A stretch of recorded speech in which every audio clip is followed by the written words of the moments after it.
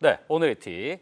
3D 프린터를 놓고 미래 성장 동력 중에 하나다 이런 얘기를 많이 하는데요. 최근에 이탈리아에서 이 디자인과 IT의 융합, 이걸 어떤 의미하는 상징적인 이벤트가 열렸다고 합니다. 오늘은 그와 관련된 이야기를 자세하게 해보겠습니다.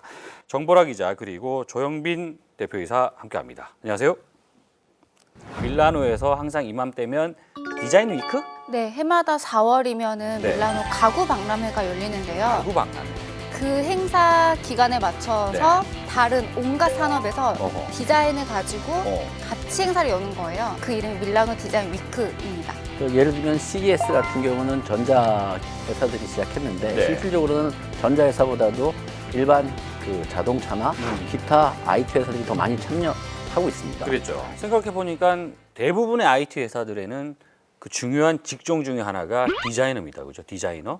그렇게 따지면 디자인이라는 건 IT와 아주 밀접한 관계가 있다라고 이제 볼 수가 있을 것 같은데, 이탈리아에서 나타난 디자인과 IT의 융합의 대표적인 사례, 3D 시뮬레이션? 3D란 단어부터 봐야 될 것 같아요. 예. 3차원이잖아요. 그러니까 이런 종이에다가 그림을 그린 게 아니라 입체적으로 표현한 게 이제 3D가 되는 거고요. 예. 시뮬레이션은 컴퓨터로 모의 실험을 하는 걸 얘기를 합니다. 아, 실제 물건을 안 만들고도 컴퓨터상에서 테스트를 해볼 수 있다는 얘기예요. 맞습니다. 그러니까 예를 들면은 우리가 3D가 유행된 거는 아바타 때문에 3D가 굉장히 유행됐지만 대중화되었지만 아바타에 있는 거는 그래픽입니다. 네. 근데 저희가 3D CAD라는 얘기는 실질적으로 수학과 물리학을 기본으로 한 실물 데이터입니다. 3D 데이터는 실질적으로 속 안에 있는 물성치까지 다 나오게 돼 있습니다. 그래요. 이런 3D로 설계한 거, 이런 것들 무엇을 디자인하는 겁니까? 기본적으로 모든 제품은 다 3D로 디자인합니다.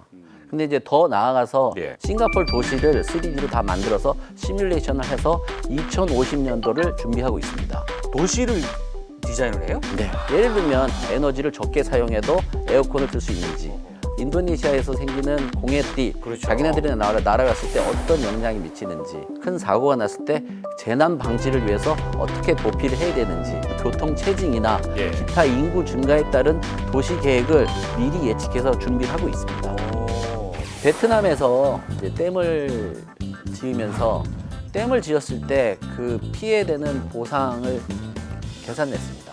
그래서 몇몇 가구들한테 우리가 보상을 해줘야 되는지를 고민했는데, 그 당시에도 댐의 위치를 정하거나 댐을 지었을 때 물들이 어디까지 갈지를 미리 시뮬레이션 해보고 예. 그 가구들한테 당신들한테까지는 물이 오기 때문에 예. 철거해달라, 철거하기 위해서 얼마를 주겠다, 이런 일도 베트남에서 있었습니다.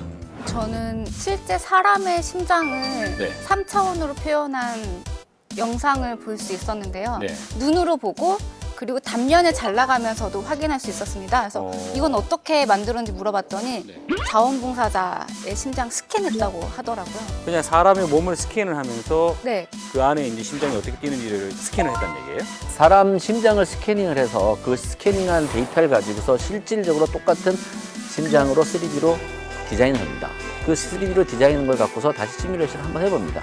그 뜻은 무엇이냐면 실질 사람의 심장이 움직이는 것과 똑같은 상황을 만들어서 테스트를 하는 것입니다. 이런 것들이 앞으로 어떻게 발전될 거냐면, 네. 임상 실험 같은 경우에 유럽 같은 경우는 하다못해 쥐마저도 못하게 될 것입니다. 네, 조만간. 네, 그렇기 때문에 모든 계약에 대한 테스트를 컴퓨터 안에서 테스트를 할 수밖에 없습니다.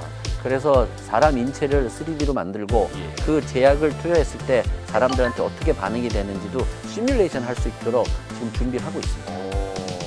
더더군다나 신뢰하기 힘들 것 같은데. 두 가지를 한동안 같이 하겠죠. 네. 가상 임상 실험과 실질 임상 실험과 동시에 하면서 예. 그것이 100% 일치되는 순간 실질 임상 실험을 안 하게 됩니다. 패션 쪽으로 연관을 지어서 생각해 보자면은 네. 그 줄리앙 포니에 이 디자이너가 신발을 3D로 디자인을 하신 거예요. 네. 이렇게 디자인을 했을 때 실제와 얼마나 비슷한지를 가늠을 해봐야 되잖아요. 그렇죠. 색깔은 뭐 분홍색으로 했을 때 또는 아니면 노란색으로 했을 때 느낌이 어떨까? 예. 그래서 3차원으로 미리 색을 입혀서 가늠해 보는 겁니다. 재미난 얘기들을 좀 들었는데, 뭐 항공기도 디자인을 하고 자동차도 디자인을 한다. 그러니까 이를테면 내가 생각한 그 모습 그대로 내 차를 디자인할 수 있다. 뭐 이런 얘기를 하더군요. 비행기를 디자인을 하고 이거를 실제 양산을 해야 하는데 네. 양산했을 때 비행기가 떠야 하잖아요. 근데 이게 뜰지 안 뜰지는 만들어 봐야 아는 거 아니겠습니까? 샘플도 그에 상응하게 만들어 하는데 그 비용이 어마할 거란 말이에요. 어마어마하겠죠? 이제 3D 시뮬레이션을 하게 되면 컴퓨터로 다 실험을 해보는 거잖아요. 네.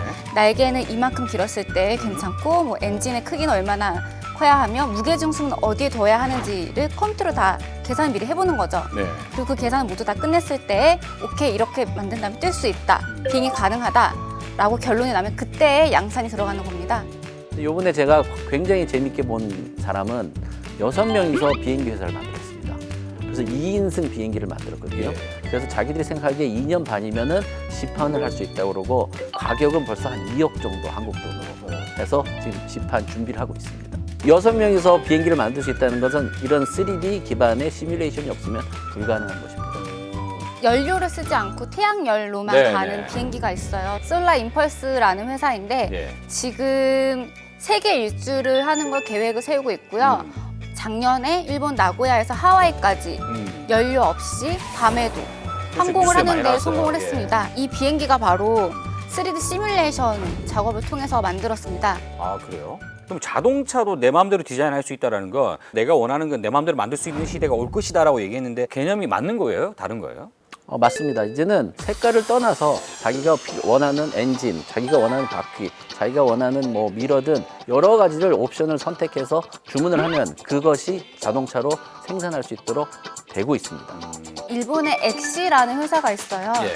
전 직원 대표 포함해서 3명인 회사인데 네. 의수를 만들었습니다. 예. 근육에 센서를 부착해서 근육을 움직여서 실제 손이 움직이는 것처럼 만드는데요. 이 회사도 3D 디자인을 하고 시뮬레이션을 통해서 제품을 만들었어요. 근데 이 제품을 만드는 기술을 오픈소스로 개방을 했습니다. 예, 예.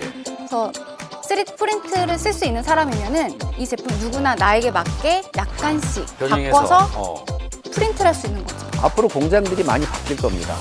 왜 그러냐면 많은 사람들이 자기가 원하는 제품들이 있기 때문에 자기가 상상한 거를 손으로 그리든 컴퓨터로 그려서 그거를 공장에 보냈을 때 그걸 바로 제품으로 만들어서 거의 일주일 안에 배달될 수 있기 때문에 요즘은 새로운 비즈니스 모델이 생성되고 있습니다. 그렇죠. 그래서 요즘 뭐 3D 프린터가 생겨서 직업이 없어지겠다는 고민하는 사람들도 계시는데 예. 실질적으로 3D 프린터와 3D 컨텐츠 결국 디자인과 시뮬레이션을 통해서 예. 더욱더 많은 1인 기업, 2인 기업, 10인 기업 이런 중소기업이 많이 생길 수 있는 새로운 방향으로 산업이 바뀌고 가고 있습니다. 그렇군요. 그 요트 이야기도 좀 재밌던데 그 이야기 좀 해주실까요? 요트 대회가 있는데 요트의 배 면을 봤을 때 어떤 면으로 달릴 때 가장 빠른 속도로 달릴 수 있을까를 시뮬레이션 한 겁니다. 어떤 재질로 만들었을 때 가장 강하면서 가벼울 수 있을까? 그걸 콤포짓이라는 복합 소재입니다. 네. 복합 소재로 만들어서 그 요트를 했는데 또 운 좋게 그 요트가 지난번 대회에서 우승을 했습니다. 근데 그게 굉장히 복잡한 분야이기 때문에 분명히 오류가 발생할 수 있을 것 같단 말이에요. 항공 분야는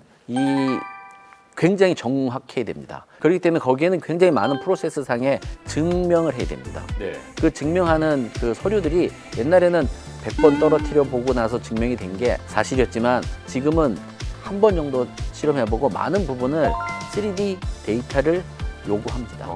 옛날엔 비행기를 잘 만들어서 멀리 날아가고 빠르게 날아가고 연료가 적게 드는 쪽을 많이 고민했는데 요즘은 손님들이 항공기에 탔을 때 얼마나 편안하고 자기 짐들을 짐 칸에 넣었을 때 얼마나 쉽게 넣을 수 있는지 이런 것까지 3D 시뮬레이션을 통해서 테스트 해봅니다. 근데 그 비행기 타보면 다 좁던데요?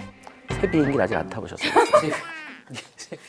자, 이 3D 시뮬레이션의 기술이 앞으로 이제 어디까지 갈까요? 3D가 생기면서 가장 큰 변화는 산업의 변화입니다. 네. 그렇기 때문에 창의적인 생각이 실질적인 제품이 되고 실질적인 제품이 출시되면서 소비자들한테 빠른 가치를 느끼고 실질적인 비즈니스로 만들어질 수 있는 좋은 기술이 될 것입니다. 가상과 현실의 경계를 모호하게 만들고 있다라고 느꼈거든요. 그러니까 가상의 환경, 3차원 환경이지만 여기에 데이터를 많이 넣으면 넣을수록 최대한 현실과 같아지는 거죠. 저는 신발을 살 때마다 늘 발이 사이즈가 안 맞거든요. 3D 시뮬레이션 기술이 제게 더 가까이 오게 된다면은 제 발에 맞는 신발을 쉽게 살 수 있는 날도 오지 않을까 싶습니다. 그렇군요. 도시를 디자인하고 있다. 항공기에 이렇게 엄청나게 많은 3D 시뮬레이션이 들어가 있다는 것도 좀 처음 알게 됐는데 3D 시뮬레이션 굉장히 멀리 있는 것처럼 보였는데 우리 일상 또 생활 주변에 많이 쓰이고 있었고 조만간 더 가까이 올 수 있을 것 같다는 생각이 듭니다. 오늘 이야기하신다고 대단히 고생하셨습니다. 감사합니다.